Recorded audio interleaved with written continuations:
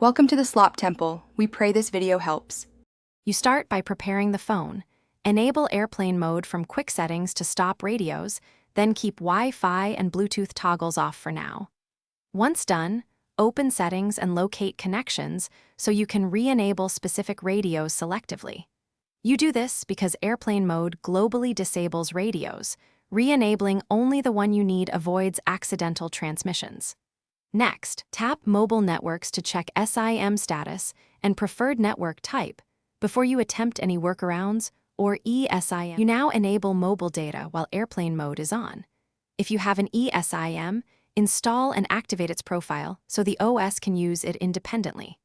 Then go to Connections, right arrow Mobile Networks and turn mobile data on. Some Samsung firmwares allow this even in airplane mode. If the toggle is grayed out, make sure developer options are enabled and toggle mobile data always on, or use ADB commands to set radio states. These methods force the OS to permit data while keeping other radios off. To finish, test mobile connectivity by loading a web page or running a speed test.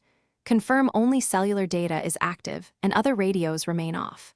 If data fails, reboot the phone, reapply or reinstall the ESIM profile, and undo developer option tweaks before retrying, because temporary settings can conflict.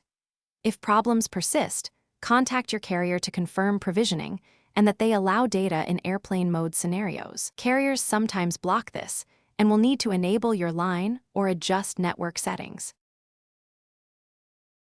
Thanks for watching. Consider subscribing if we helped you.